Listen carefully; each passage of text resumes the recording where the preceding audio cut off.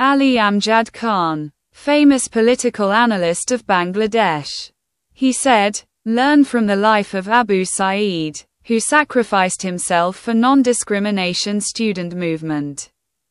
He also said, "Be optimistic. Don't despair. No provocative speech shall be given." He said, "Learn from history. Do good work. Change the political culture to deal with courtesy, politeness, modesty. Revolutionaries never surrender. It would be a terrible mistake if the students arrogantly ignore the national leaders."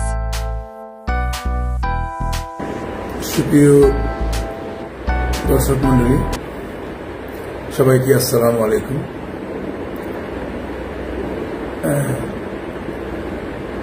প্রায়শই Facebook, YouTube দেখার কারণে দেশের বিভিন্ন পরিস্থিতি সম্পর্কে আমরা অনেকটা প্রত্যক্ষ করতে পারি। এই প্রেক্ষিতে বিভিন্ন ইস্যুতে কথা বলতে ইচ্ছে করে। ইদানিং আমরা অনেক ভালো খবর পাচ্ছি বা আমরা ভালো কিছু আশা করছি, যে হারে হতাশও হচ্ছি। কেননা এই হতাশার যথেষ্ট কারণ আছে। প্রথমত কথা হল, বর্তমানে অন্তর্বর্তীকালীন সরকার বিভিন্ন উদ্যোগ গ্রহণ করেছে। বিভিন্ন ধরনের সংস্কার কমিশন করেছেন, বিভিন্ন পদক্ষেপ গ্রহণ করেছেন একটা গণতান্ত্রিক রাষ্ট্র ব্যবস্থা তৈরি করার জন্য, এবং এই বিষয়ে আমরা আশাবাদী। পাশাপাশি কিছু কিছু বিষয়ে চরম হতাশা তৈরি করছে। সেটা হচ্ছে সমন্বয়কারীদের কিছু অতি উৎসাহী তরুণ, বিশেষ করে তারা এই বৈষম্য বিরোধী আন্দোলনটাকে নিজেদের নামে একেবারে খারিজ করিয়ে নামজারি করার চেষ্টা করছেন। এটা ঠিক না। দেশের সমস্ত মানুষের সম্পৃক্ততা ছিল। 15 বছরের নিপীড়ন নির্যাতনে এদেশের মানুষ অতিষ্ঠ হয়ে সবাই এই ফ্যাসিস্টের পতন কামনা করছিল। এরই মধ্যে বৈষম্য বিরোধী আন্দোলন এইখানে সবাই এসে অংশগ্রহণ করার কারণেই এই অসম্ভবকে সম্ভব করা সম্ভব হয়েছে।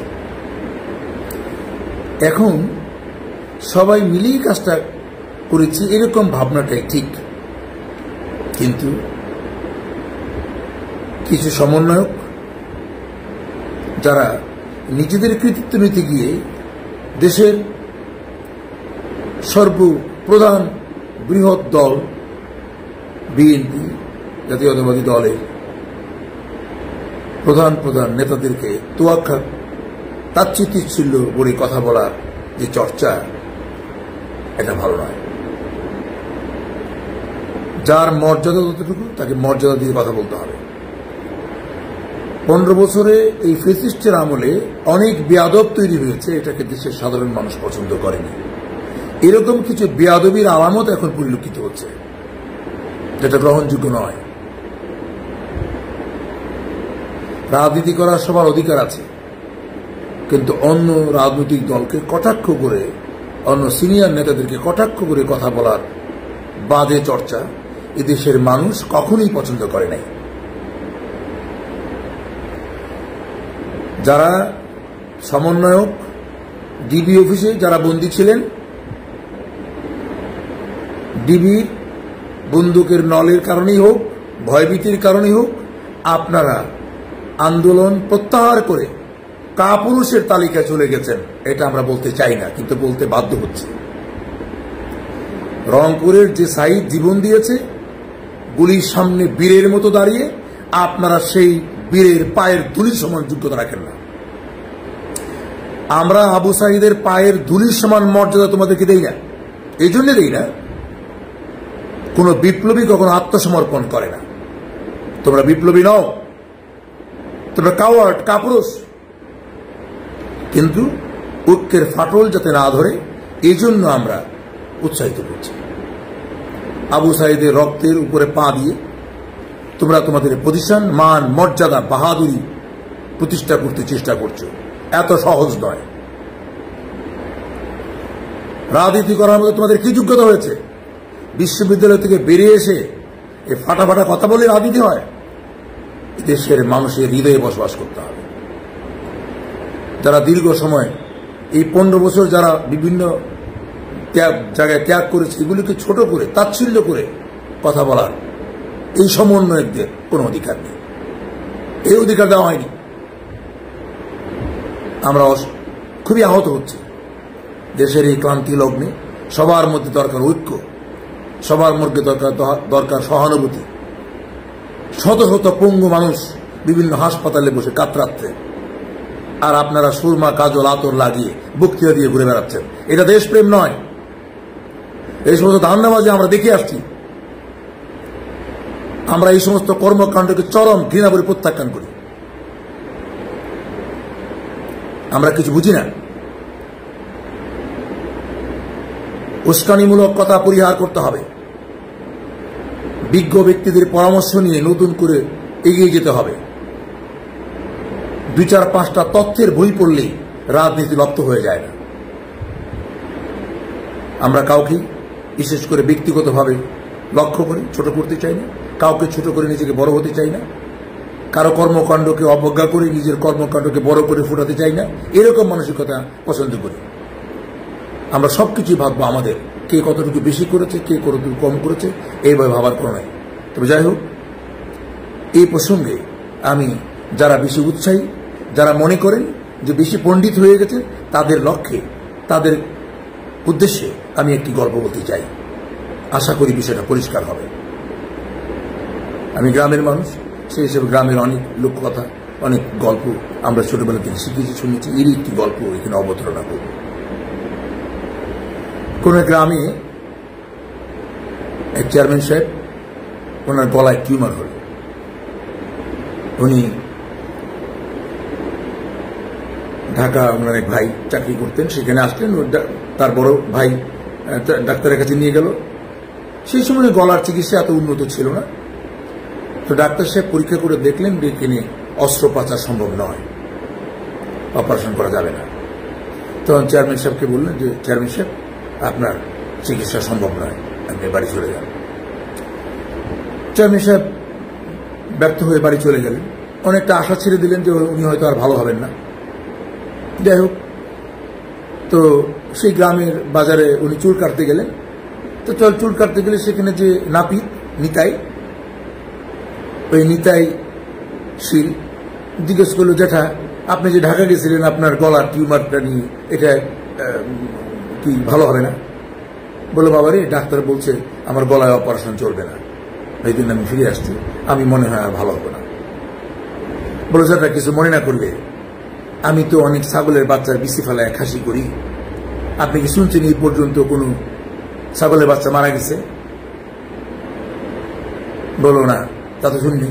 বলো, তাহলে এইটা না হয় একটা বড় বিচি, এটা আপনি যদি অনুমতি দেন তাহলে আমি এই অপারেশনটা করতে চাই।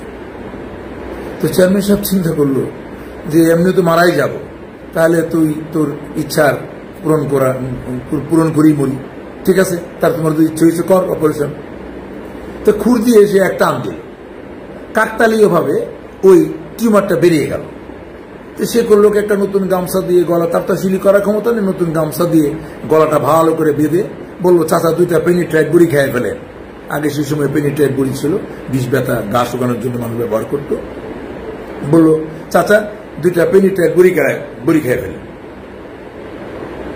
অর্থাৎ 3-4-5 দিনের মধ্যেই গা শুকিয়ে ডাক্তার চেয়ারম্যান সাহেব ভালো হয়ে গেলেন। আশ্চর্য ব্যাপার, এত অলৌকিক বিষয়। পরে উনি ঢাকা আসলেন তার ভাইয়ের কাছে, কিরে তুই এমন বড় ডাক্তারের কাছে গেছিস, অথচ ডাক্তার যেটা পারলো না, আমাদের নিতাই তো ভালো, নিতাই অপারেশন করছে, ভালো হয়েছে, চল ডাক্তারের কাছে যাবো। ডাক্তারের কাছে গেল, ডাক্তার দেখে তো অবাক, আশ্চর্য ব্যাপার, এত বড় ডাক্তার গ্রামে থাকে, তাকে নিয়ে আসে। তা কিছু টাকা দিল উনি, সেই সময় 100 টাকা দিল যে ওকে ঢাকা নিয়ে আসে। গিয়ে চেয়ারম্যান সাহেব বললো, নিতাই, তোর তো ঢাকা চাকরি হয়ে গেছে। বড় ডাক্তার বললো, তুই নাকি আরো বড় ডাক্তার। নিতাই তো একটা মুসরা দিচ্ছে, বুঝতে পারছে যে আসলেই তো আমি একটা কিছু কি হনুরে। ঢাকা আসলো। ঢাকা আসার পরে নিতাইকে ওই বড় ডাক্তার জিজ্ঞেস করলেন, নিতাই, তুমি কি লেখাপড়া জানো?